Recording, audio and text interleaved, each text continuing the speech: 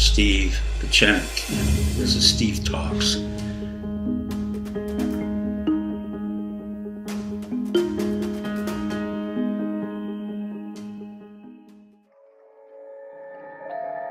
Hello, I'm Dr. Pechenik, and this is Halloween weekend.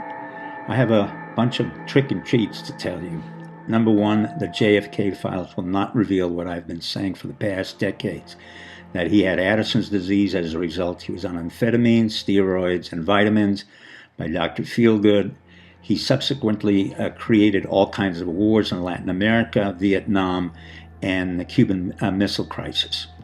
As a result of that, the deep state acted under the auspices of Allen Dulles, Bush Sr., Nixon, LBJ. He was assassinated. If you look up the two names, Mary Pinchot and Cordmeyer, you will see the traces of the truth. Second part, the FBI has to be dismantled. Mueller, Comey, McCabe have all been a disaster. From the very beginning, when the FBI started with J. Edgar Hoover, it was a very perfidious organization, lazy, incompetent, and very manipulative. It did not serve the purposes of our country, and in fact was involved in 9/11 under Mueller. I've said it then, he should have been indicted for treason, and now he should be in jail for collusion with the Clintons. 3, Africa.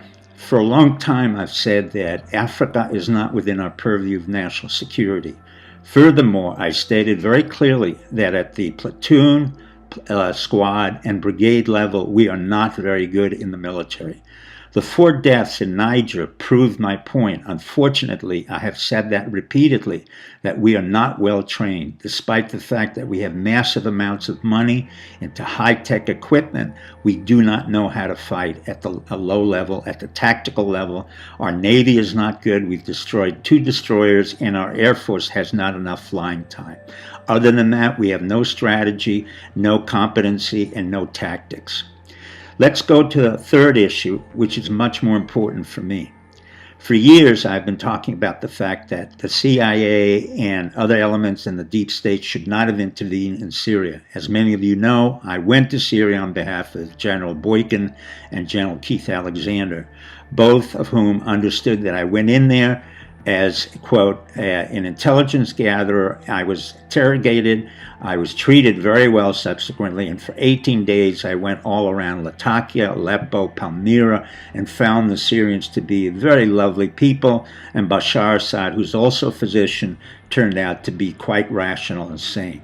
Subsequently, of course, the CIA under Panetta, under Petraeus, and others decided to intervene along with Hillary Clinton and Obama and do a regime change. Qatar has finally come out to admit that Qatar, Saudi Arabia, and Turkey were involved in arming Al-Qaeda and ISIS and creating it as a counterforce to Bashar Assad, who was then assisted by Russia and Iran. I will say it again. We have committed a major crime in the Middle East. There was no reason to go into Syria, into the Middle East. Bashar was protecting over 2 million Christians, Druze, and Jews. So now we have to come to terms that we assisted in the killing of 500,000 refugees and in the disposition of another 500,000 refugees all over the country. The fourth and last statement has to do about half measures. We're not a very good country when it comes to war. Unfortunately, we like to change our history in such a way that we sound as if we come into a war and we win. We do not. For the most part, we have been very poor in our efforts to either effect change in any war or really use our force in decisive measures. I want to quote a friend of mine, Colin Agee, who has been in military intelligence for a long time and whom I respect. He said something very wise to me. He said that America is addicted to half measures.